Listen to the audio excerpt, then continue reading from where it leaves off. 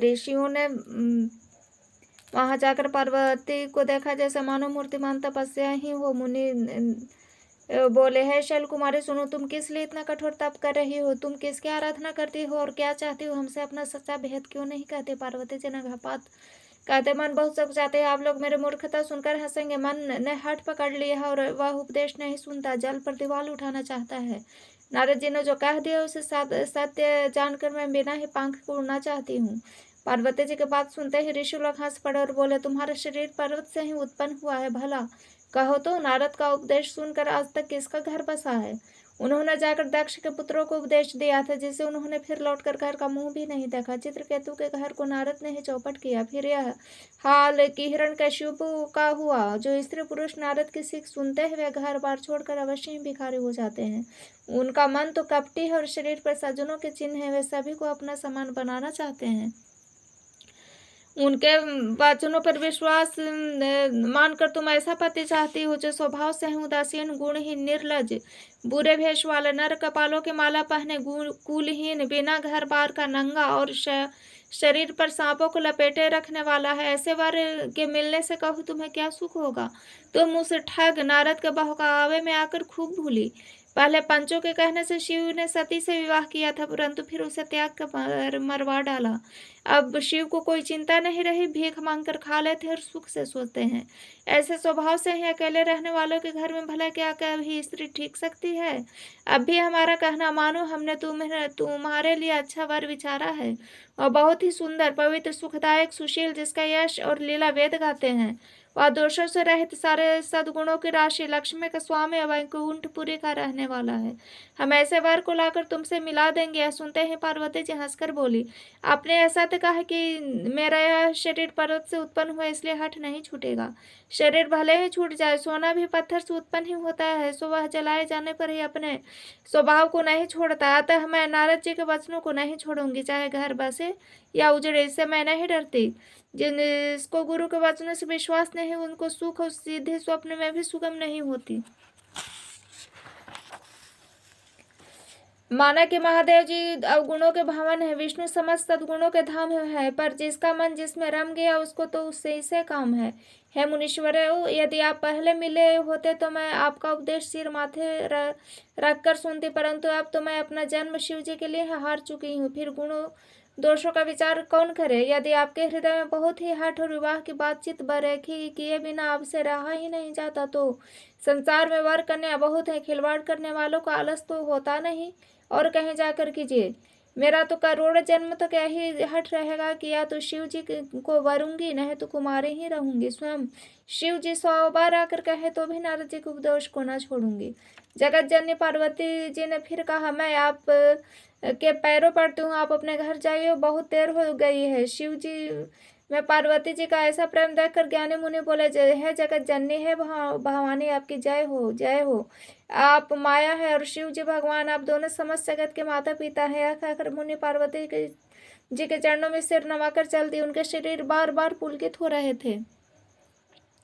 मुनि ने जाकर हिमवान को पार्वती जी के पास भेजा और विनती करके उनको घर ले आए। फिर सप्त ऋषियों ने शिव जी के पास जाकर उनको पार्वती जी की सारी कथा सुनाई। पार्वती जी का प्रेम सुनते ही शिव जी आनंद मग्न हो गए। सप्त ऋषि प्रसन्न होकर अपने घर ब्रह्मलोक को चले गए। तब सुजान शिव जी मन को स्थिर करके श्री रघुनाथ जी का ध्यान करने लगे।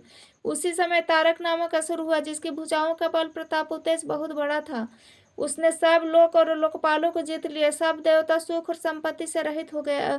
वह अजर अमर था, इसलिए किसी से नहीं जीता जाता था। देवता उसके साथ बहुत तरह की लड़ाइयां लड़कर हार गए थे।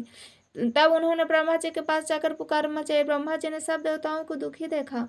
ब्रह्मा जी ने सबको समझाकर कहा, इस दैत्य की मृत्यु तब होगी जब शिव जी के वीर से उत्पन्न पुत्र हो। इसको युद्ध में वही जीतेगा। मेरी बात सुनकर उपाय करो, ईश्वर सहायता करेंगे और काम हो जाएगा। सती जी ने जो दक्ष के यज्ञ में देह का त्याग किया था, उन्होंने अब हिमाचल के घर जाकर जन्म लिया है।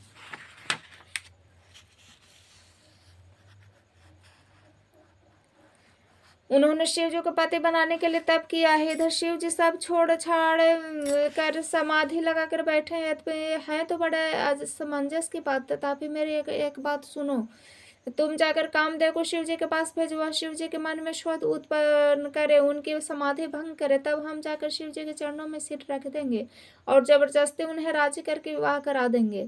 इस प्रकार भले ही देवताओं का हित हो और कोई उपाय नहीं है। यह सबने कहा, यह सम्मति बहुत अच्छी है। फिर देवताओं ने बड़े प्रेम से स्तुति की। तब विषम 5 बाण धारण करने वाले मछली के चिन्ह से युक्त ध्वजा वाला कामदेव प्रकट हुआ। देवताओं ने कामदेव से अपनी सारी विपत्ति का ही सुनकर कामदेव ने मन में विचार किया और हंसकर देवताओं को यो कहा कि शिव जी के साथ विरोध करने में मेरी कुशल नहीं है, तथापि मैं तुम्हारा काम तो करूंगा, क्योंकि वेद दूसरे के उपकार के परम धैर्य कहते हैं।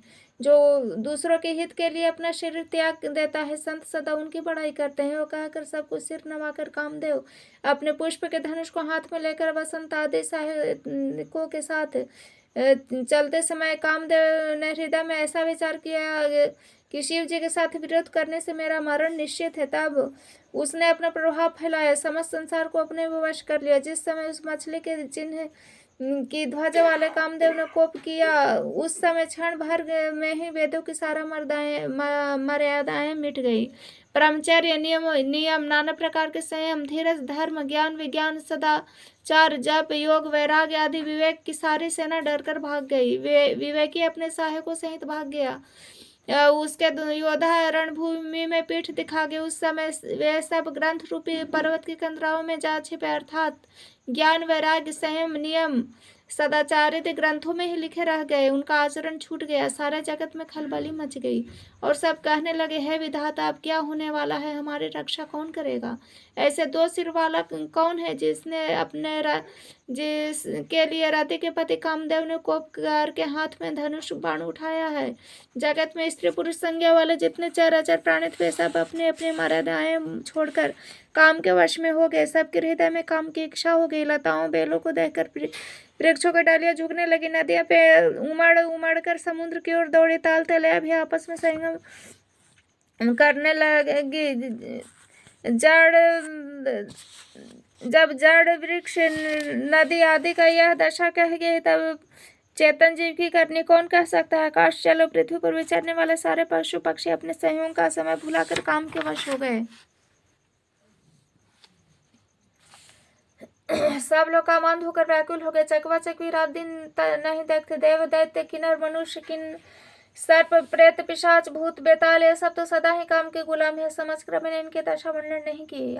सिद्ध, विरक्त, महामुनि और महान योगी भी काम के वश होकर योग रहित होकर स्त्री की विरही हो गए। जब योगीश्वर और तपस्वी भी काम के वश हो गए, तब पावर मनुष्यों की कौन कहे? जो समस्त चराचर जगत को ब्रह्ममय देखते थे, वे सब उससे स्त्रीमय देखने लगे। स्त्री सारे संसार को पुरुषमय देखने लगी।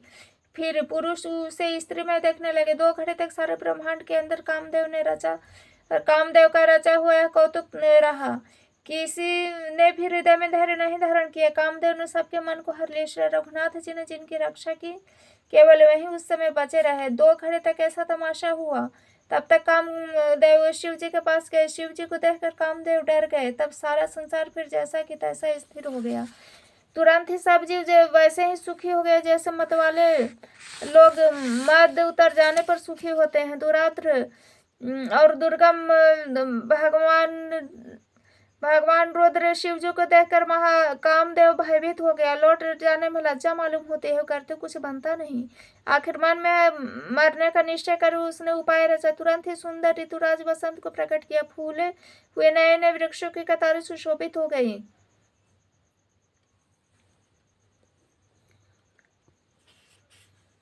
वन, उपवन, बावली, तालाब, सब दिशाओं के विभाग परम सुंदर हो गए। जहाँ तहाँ मानो प्रेम उमड़ रहा हो, जिसे दुख देखकर मरे मन में कामदेव जाग उठा। मरे हुए मन में कामदेव जागने लगा। वन की सुंदरता कहीं नहीं जाती। काम रूपी अग्नि का सच्चा मित्र शीतल मंद सुगंधि पावन चलने लगा। सरोवरों में अनेकों कमल खिल गए, जिन पर सुंदर भौरों के समूह गुंजार करने लगे। राजहंस, कोयल, तोते रसीली बोली बोलने लगे। अप्सराएं कर नाचने लगी।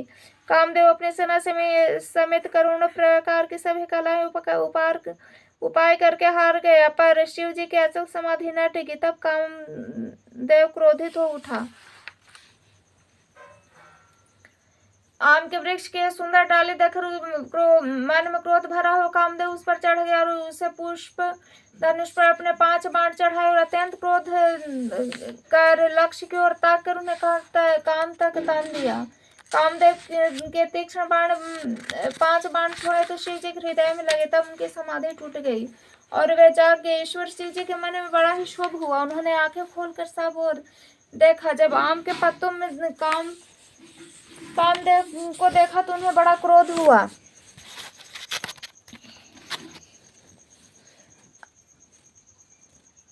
जिससे तीनों लोग कांप उठे। तब शिव जी के तीसरा नेत्र खोला, उनके देखते ही कामदेव जलकर भस्म हो गया। जगत में बड़ा हाहाकार मच गया। देवता डर गए, दैत्य सुखी हो गए, भोगी लोग काम सुख के याद करके चिंता करने लगे। साधक योगी निष्कंटक हो गए।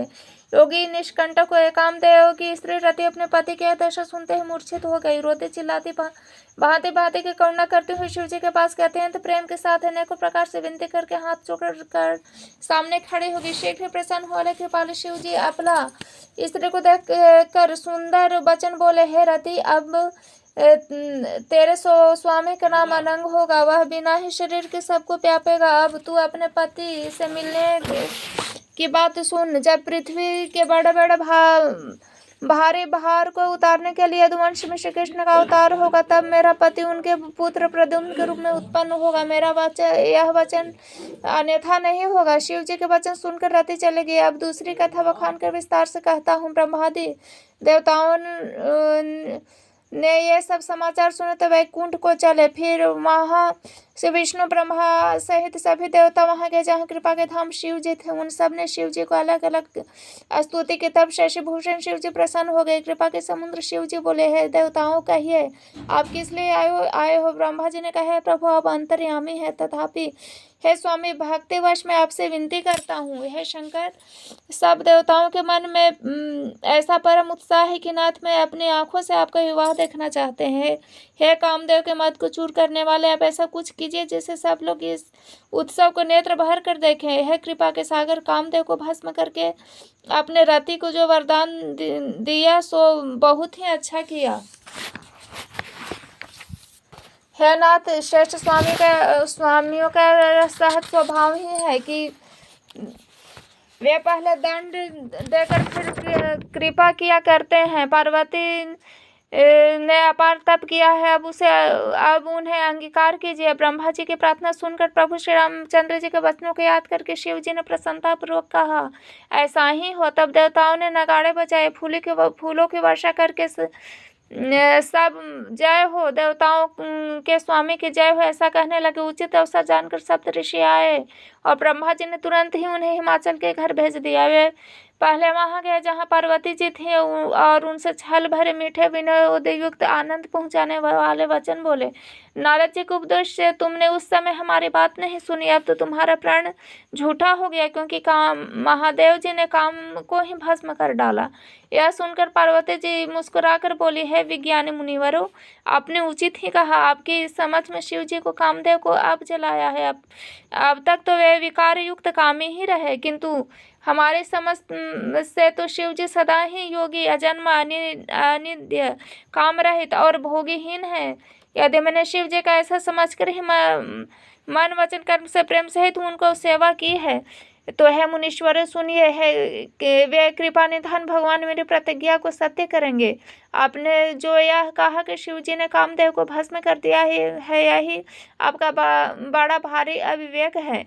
हे तात, अग्नि का तो यह सहज स्वभाव ही है कि पाला उसके समीप कभी जा ही नहीं सकता और जाने पर अवश्य नष्ट हो जाएगा। महादेव जी और कामदेव के संबंध में भी यही न्याय समझना चाहिए। पार्वती जी के वचन सुन उनका प्रेम तथा विश्वास देकर मुनि हृदय में बड़े प्रसन्न हुए और भवानी को सिर नवाकर चल दिया और हिमाचल के पास पहुंचे।